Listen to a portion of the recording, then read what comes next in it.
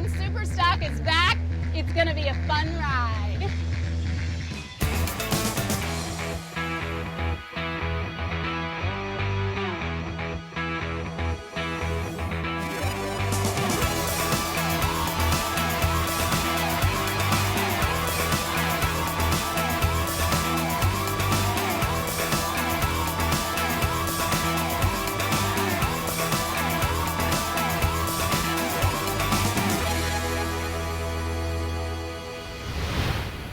'11 was an exciting year for powerboat racing. It was the first year the Powerboat P1 SuperStock Championship Series raced in the United States, and what a year it was. 2011 was the inaugural season for this championship, and the compact format of multiple races over a small number of rounds worked just as well as the identical mechanical and hull specs for the boats to produce close racing all season in a championship that puts a big emphasis on consistency. It soon became clear that being fast on the day wasn't enough. You needed to be fast every day and just keep piling on the points. Here's how it ended after 4 rounds, and here is where we started all again this year. Welcome to beautiful St. Cloud. We're here for round 1 of the Powerboat P1 SuperStock Championship Series 2012. St. Cloud is a historic town founded in the early 1900s as a Civil War Union veterans retirement community. You'll also find in St. Cloud the beautiful East Lake Toho, which will be the venue for this week's racing. It's almost the perfect location with 2 points that reach out into the lake for perfect viewing. This should all make for a great weekend of racing. I'm here with Martin Sanborn, the Managing Director of North American Operations, P1 SuperStock. It's looking like an exciting season. It is. We're really excited to be here. The P1 SuperStock Championship is starting here in St. Cloud, Florida. This has been a traditional opener for powerboat racing in North America for years. And we brought the SuperStock series here, and the community is very excited about seeing equal racing. That's what we've really brought to the format of powerboat racing in North America with the P1 SuperStock series. You say equal racing. What does that mean, Martin? Well, what we've done is we've created a series where all the boats are identical, the engines are identical, the propellers are identical. It really boils down to the 2 guys in the boat, not how big their checkbooks are. P1 is not exclusive in the United States, correct? No, this is a true global series. By the time we get to 2015 for our first genuine world championship, we should have 12 countries on 4 continents all competing for a genuine, true world championship in Powerboat P1.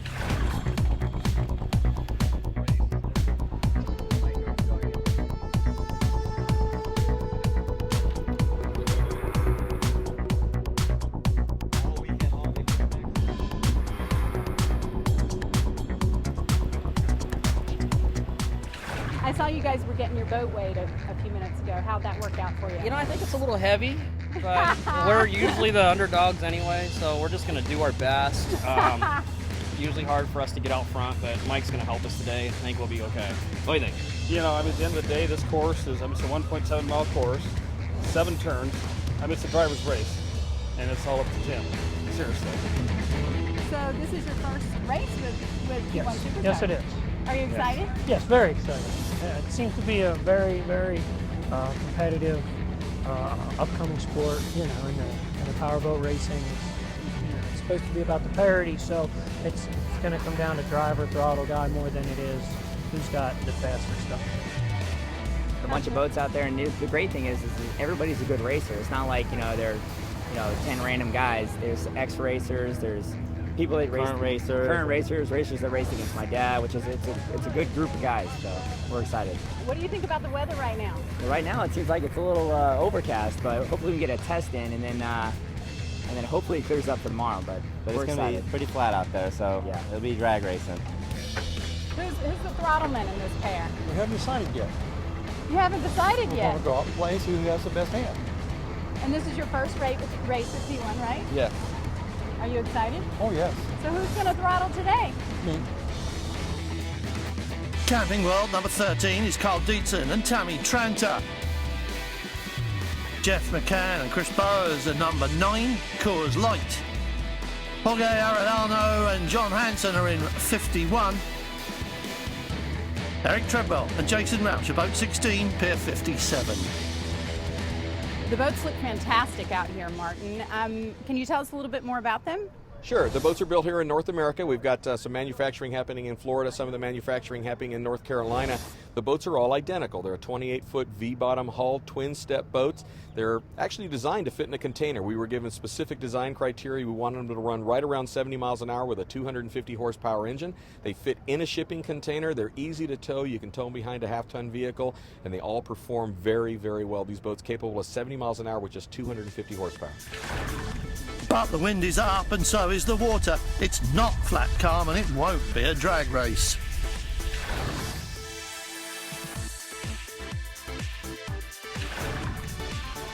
No testing this morning because of the weather, and the match racing is going to be a challenge. But it's a drag race in as much as it's a straight line race on an elimination basis. Last boat in race 1 goes to the back of the grid, then race 2 sends its last boat to the next place on the grid, and so on until only 2 are left.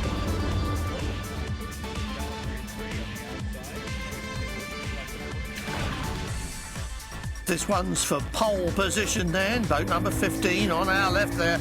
11, the Grattan twins in the Peters and May colours. The race is on. Equal power, props and boats, so it's all about managing the water. And the 15 boat of Tim McDonald and Mike DeFries just edging it at the line there. Here are the starting positions for the first heat then.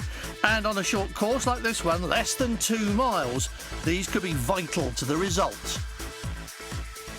All right, guys, second place starting out 2012. How's it feel? Yeah, Awesome. We're excited. I mean, we went out there and we were hoping to get at least a top 3, just because when you get your pole position and everything like that, it's always good to be on the inside when you're going to the next race. It was so unique. Like, yeah, I mean, starting from a standstill, and it's not like the type where, you know, maybe one guy has a slingshot, he's rolling or he's moving quicker, but from a dead start or stop, just going. You never knew who was going to get on plane quicker, you know? So it worked out, though. We got second. Congratulations, guys. Starting out 2012 in first place. It's the way to do it. Great job. Thank you. How We're did hoping it feel to. out there? It was good. You know, we had that little storm a little bit earlier. The water laid down nice.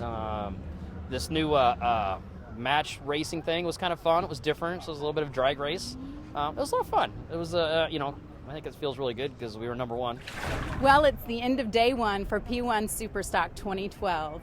We had some sunshine this morning, a storm rolled in, and then we finally got on the water. We have our first winners, and we'll see you tomorrow for the rest of the action.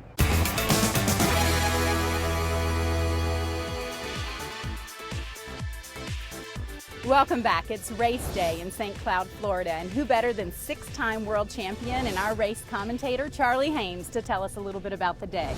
Great day here in St. Cloud. We got a very challenging course with the racers, 1.7 miles in length. That's very, very short for offshore standards. 8 turns, but one of those turns is a right-hander. Again, very different for offshore racing. It just throws a big twist for these guys. Again, elaborating into what we're doing with parity, equal equipment, competitive course, makes for a lot of excitement here in St. Cloud. It's going to be a busy day. Yeah, based on our challenge or match race yesterday for pole position, we have 4 heats today. Each heat's going to be 10 laps. Again, tight competition, and what we're going to do at the end of each heat is invert the start for the next heat. Again, keeping that parity and competition really tight for a full day of racing. Wow, Charlie, these guys really have their work cut out for them today. And for some of them, it was even tougher than that. Carl Dietzens and Tammy Tranter flipped the 13, but the safety crews were on it. We're okay. I mean, she complained of a little neck pain, but all her vitals were right. She's more scared than anything else, so, hey. We're really glad you're okay, Yeah. and we'll check in with Tammy when she Okay, gets back. appreciate it. Thanks. Thanks. Bye. They're both okay, but they won't take the start on this lineup established yesterday in match racing. And with the first turn going left, it's 15, Tim McDonald and Mike DeFries in pole position on a day that's really a big contrast to yesterday's wind and storms. This is what we expect a Florida spring to be like. Time for Heat 1, starting across the beach from left to right, going from each of those 2 great spectator vantage points, and they'll be passing them 10 times in each race. A short lap of 1.7 miles, turn 4, the only right-hander, halfway round the lap, and then they're heading back inshore. So we're starting Heat 1 without the 13 boat, although Tammy Tranter is perfectly okay, the boat isn't. That was the Grattan twins in the 11 boat with Tim McDonald off to the right in pole. No defending champion this year. Those two, second and third, have to be the form book favourites, and they proved it yesterday, just getting into a good position for the start. And as soon as the starter thinks we're looking good, he'll give the signal, and the first race of the year will be underway. Green, we're going racing. Nice and calm, and it's a rerun of yesterday's drag race with Oregon Custom Marine and Peters and May so close together going for the turn. Jeff McCann making a good start in the Coors Light in the middle of the row. We're on board in Coors Light, and that was a great start, wasn't it? 3 boats together now. 2 left turns in a row, so the inside line is good for Tim McDonald, holding it close as Coors Light runs out wide. You can't see much through the spray here. Hard to see what's happening behind the Peters and May boat. But now we can, and these two still more or less together. On board with Jeff McCann and Chris Bowers, a definite third after a great start, and in these conditions, that start position is working well for the boats on the inside of the first 3 turns. Going left again, and there's easily a second between the top 3 now, maybe a little more.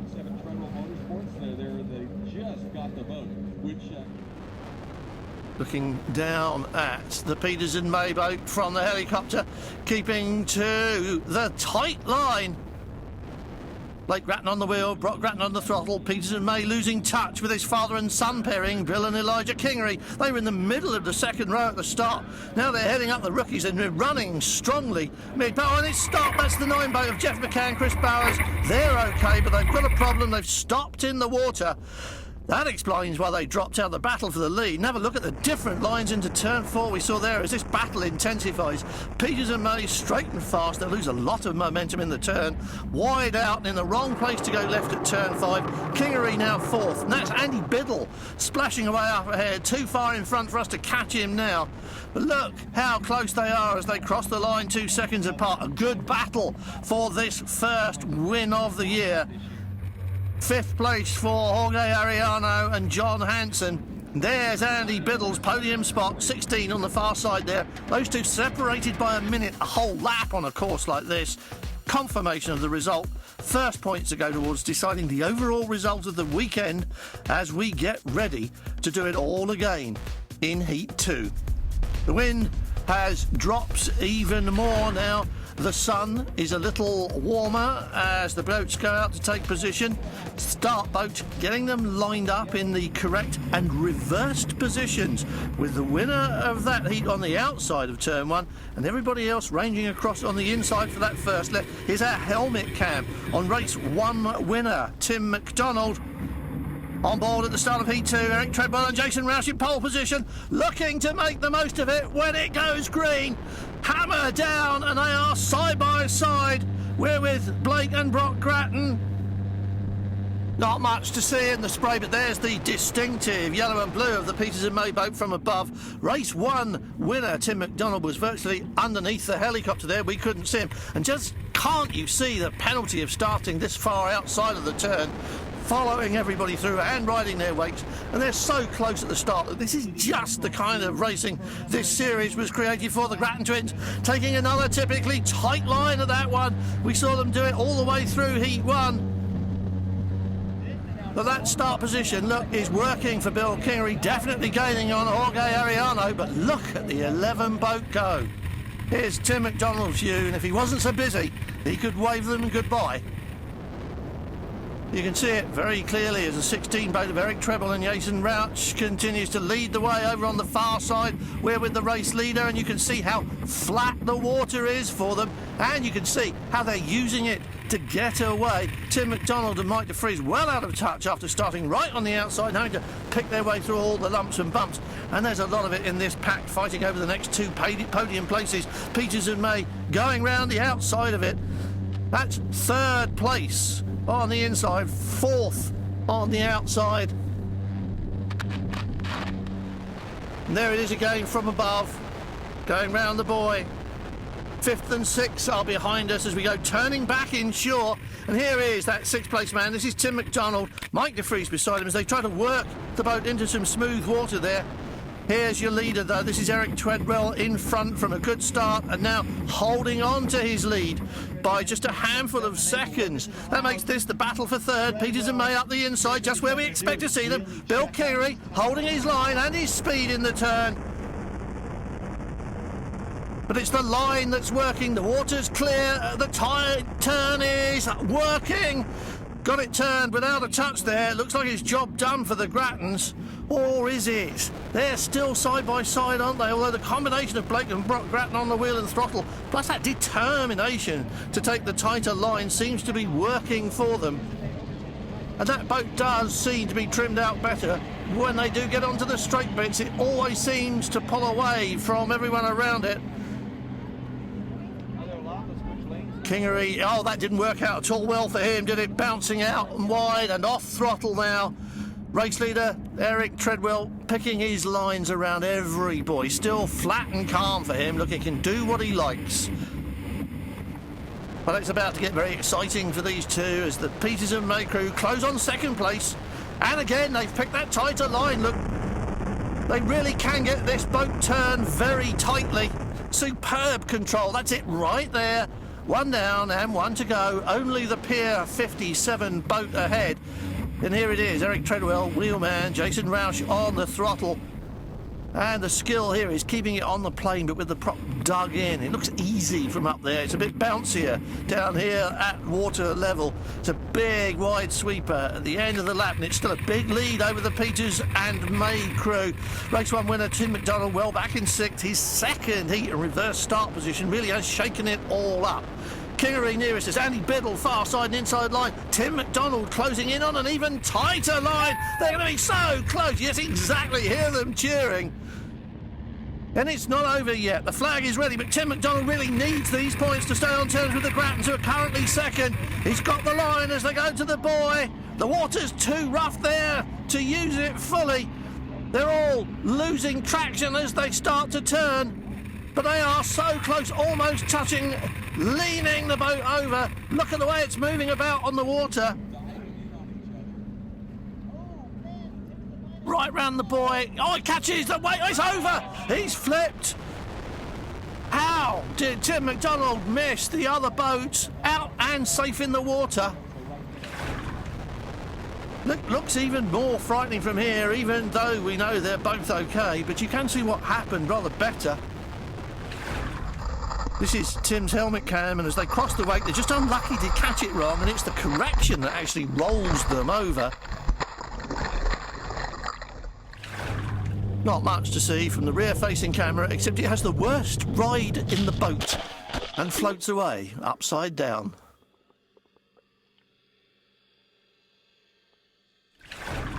Full safety crew on the scene right away, but we saw the crew waving okay as soon as they were out of the boat, and this was the result, in case you forgot in all the excitement, and it's second place for number 11 that really counts here. Third of the 4 heats this weekend then. Victory in the previous one means Eric Treadwell and the Pier 57 boat go to the back of the queue for turn 1, or at least that's how it's worked on both previous starts. But with 3 boats missing now, it's not as bad as it could be for the man on the far side, and he's not that far off the side of Blake Grattan, look. Almost touching again at the start there. Jorge Ariano has been mugged by Bill Kingery and Andy Biddle, and the rest, here are the leaders, look. Blake and Brock Grattan know how much difference the start makes here. Andy Biddle looking for the inside. Going for the inside. Oh, he doesn't find it. Crosses up, changes his mind, spins out in our third drama of the weekend. Still running though, and he'll be back on it in a moment, rejoining now. We saw the Peters and May boat flash past. Here it is on the inside of Kingery at turn 4. But the next one goes left, so this will need to be clever from the Grattans. There. ahead and clear to turn when they choose. So that's the new leader, cutting across the buoy, and Blake Grattan's favourite line there. These two having such a good weekend here in Florida, but this is their home race. Sarasota's only a couple of hours away on the west coast of Florida, and that checkered flag makes this their weekend no matter what now. A second and now a first, but what's important now is that there's no one else this consistent today. Despite a great recovery from Andy Biddle, these two only need a steady finish now. Last tease of the day, 10 more laps to make it almost a 70-mile race weekend. Grattan, Kingery, Biddle, Ariana and Treadwell. Away they go, and it's Treadwell from the inside. An uneventful race this time, or rather drama-free compared to everything else.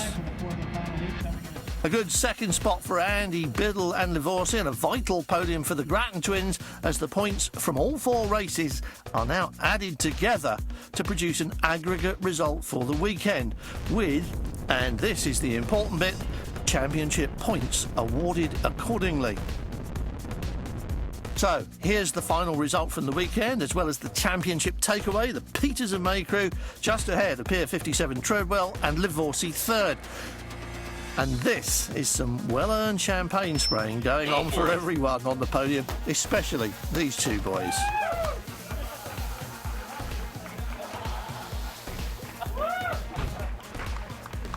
Congratulations, winner of the first round. Thank you very, very much. We are so pumped. I tell you what. You know, it was great because we got 2 seconds when we first started, and like in our hearts, we were like, second's great because I know it sets you up for for the overall position. Win. But then for that third race to get first, and it's funny because we were going down the back stretch just to get ready for our 4th and final one, and my dad died just this last season racing in Key West, and Blake looks over at me and goes, "Man, I'm getting real emotional right now." I said, I was a few minutes ago, but let's get back to racing. We got a race today, but the whole day was awesome because we know he was looking down at us, and it just felt amazing. Yeah, we're excited. We'll look forward to Biloxi. Wow, what a remarkable day of racing here in St. Cloud, Florida. We started the 2012 P1 SuperStock Series off with a bang. A lot of exciting action. A couple boats rolled over. We had neck-to-neck racing, but everybody's okay, and we can't wait to see you in Biloxi.